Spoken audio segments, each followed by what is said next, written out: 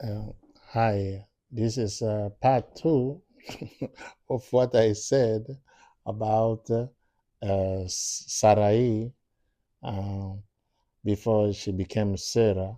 So Sarai preached to Avram or Abram before the Lord changed his name to Abraham, father of many nations. So just remember what I told you that the Creator had attributes he wanted to manifest. For him to manifest his attributes, as I told you, he created Lucifer almost co-equal to him, except Lucifer can't create. Never forget that. And even with Lucifer, he put in Lucifer the seed, the wrong seed, or the wrong soul in Lucifer. Even with Lucifer, he couldn't deploy his attributes. That's why he formed a woman from a man that was already made. That's why they said a woman was a byproduct. It was not the original creation. Everything else was original creation except the woman, the human female. Everything else was original creation. The woman was a byproduct. So she's a copy of a copy. So it's not the original. It's a copy of a copy. So, and for him to deploy his attribute, he have to make that copy and Lucifer. So his plan, those two individuals will play a major role for him, the creator, Michael, the eternal one that took a body, or you call him Jehovah, whatever you can call him, Jehovah in the past, but has become Jesus Christ. He has to deploy his attributes by using Lucifer and this woman Isha. So everything that happened in the Bible, whether in the Old Testament or in the New Testament, it was one, his permissive will, two, his perfect will. So both wills are in the New Testament, in the Old Testament and New Testament. He allowed Lucifer to go after Eve and to have a sexual affair. And he allowed Adam to accept that deal. You will see it. All was a shadow, his plan. And here also talking about Sarah, he allowed it. So is him behind the scene who allow it for Sarah to tell Abraham to take the black slave or maid, so as his second wife. Because remember, polygamy was introduced here after the fall. Polygamy was introduced. Before the fall, there were one female, one male, one female, one male in the animal kingdom, and also Adam and Eve and all the animals and so on, the bird. There were two. But after the fall, polygamy was introduced in animals, in bird, and the human race. That's why you don't be shocked if you see in the Old Testament people with many wives. Don't be shocked. It's because of the fall. So here he allow it because him, Jehovah, was planning to do something in the New Testament. That the woman Agar and Ishmael will play a significant role in the New Testament. As also Isaac and Sarah will play a significant role in the New Testament, as well as Mary and Jesus will play a significant role in the New Testament. So those three women were shadows of what the Lord will do or did in the New Testament here. So if you see, they have one thing in common, these three women, Hagar, Sarah, and Mary. So all of them wanted to have a son, a promised son. So Ishmael at one point was a promised son, and then Isaac also was a promised son. So and then Jesus was also the promised son according to Genesis chapter 3. The seed of the woman is here. So this Ishmael produced a nation. From that nation, a religion, Islam, because the headquarters of Islam is in Arabia Saudi, what they call the Mecca. That's their headquarters, or if you want, that's their Vatican. If you want it, what Vatican is to Catholicism is what Mecca is to Islam. So that's their headquarters. So, and also from Sarah here will come a boy, and that boy will have twins, and from the twins, a nation also will come from there. So, and that nation will serve the Lord. And from that nation will come also a religion, Judaism. And you will see also from Mary here will come a man, and that man will come something else. The church will come from here.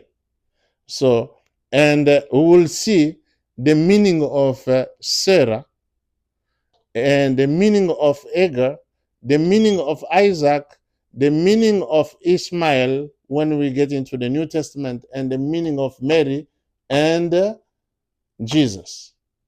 They were allegory. So that's what is written in the book of Galatians chapter 4, verse 22. Go down.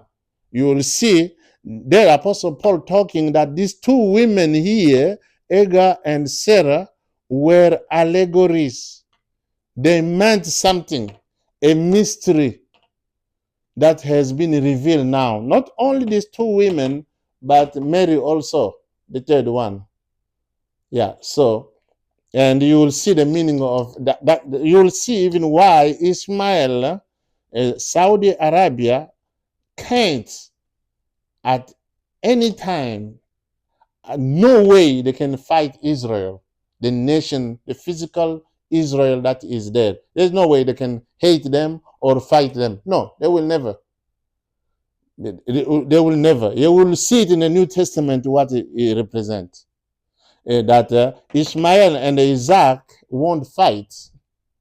They won't fight. And you will see it. So in the New Testament. So that's what I wanted to add. Very important. That is the Lord Jehovah of the Old Testament who has become Jesus Christ in the New Testament. And Jesus Christ now has become many members. Remember, Jesus Christ is the tree of life, because John 14:6 is a tree of life. So a tree is made of branches and leaves and fruits. So if he is a tree, then he is a family. And he said himself, I am the main stick and you are the branches. So that's the tree of life. The tree of life is his family, is his kingdom. If you don't know, when we get here, you will understand it. That Jehovah of the Old Testament has become Jesus Christ in the New, and at the coming of the Lord that people wait for, it will be the invisible union where Jesus Christ will be many Jesus Christ. The entire family in heaven, on earth, will be united under one name, and that name is Jesus Christ. That's the very purpose of the creation of everything, if you don't know.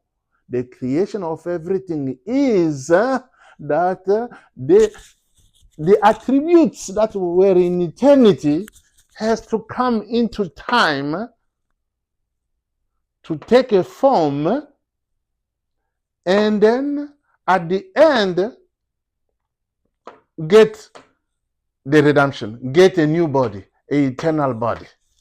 So what I'm saying this, in eternity, the seed of the Lord, when somebody is born, that seed of the Lord comes after, when the child is coming out of the mom, that seed come randomly into that child. Remember, that seed doesn't have a form. It's not a male. It's not a female. It doesn't have a form. But when it comes into the child, if the child is a boy, that seed will become a boy. If it's a girl, that seed that comes, if it comes in a girl, that seed will take the form of a girl. And that's why they call it theophany. When you get a form, you get a theophany. Take it like water. So water doesn't have a form. So if you put it in a cup, it will take the form of the cup. If the cup is black, it will be black. If the cup is red, it will be, water will look red. That's how the spirit is. That's why the seed is that comes from eternity. So you come into the body to take a form, and the Lord allow it. That's why the Lord allow Lucifer and Eve to do what they did. So that human being can come through that channel of permissive will of sex to take a form. And once you finish taking your form, you die. When you die, that form that you took here is a theophany, is the real you, is the picture of you when you were 17 or 18 as a girl, or a boy 21. A real you. That soul leaves the body and goes to a waiting place. That was in the past. And then at the resurrection, what happened? The Lord bring down all those theophanies.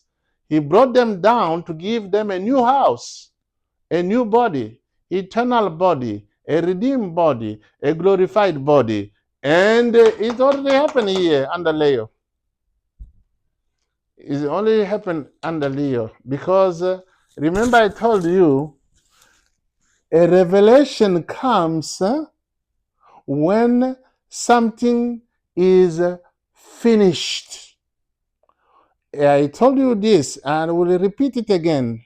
If you walking, you see a wall around and you see construction vehicles there and people, you don't need to ask a question. Oh, what are you building here? The guy might not tell you what they are building there because it's hidden, it's a secret. But after a while, you will see the wall is no longer there and they reveal what they were building. So the revelation means the work is finished. Now you can see what they were doing, what happened. So the revelation that came, Revelation chapter 10, verse 1 to 8, to reveal all the mysteries, all the secrets that were in the mind of the Creator, means that he finished his work. That's why he came to reveal everything. And remember, Daniel also said that in Daniel chapter 12, that in the last days, Daniel wanted to know the secret. The Lord said, no, it's not for you, but in the last days, I will open up everything. And everything has been opened up. If you don't know, just be humble, learn, ask questions. If you have doubt, it's okay, but be careful. Be careful, because this is the last generation. We are living the last days on earth. As I told you, when you see America getting that earthquake in California, my friend, days will be numbered. And when you see that earthquake, and the next thing you will see is, I don't want to anticipate, you will see Russia will invade Israel. The army of Russia with North Korea, with China, with Iran, with Iraq, with Afghanistan, with Pakistan, with Lebanon, will invade Israel. There will be 10 of them, will invade Israel. And then America and Europe won't like it. And my friend, what will happen? I don't want to say it. Okay, thank you.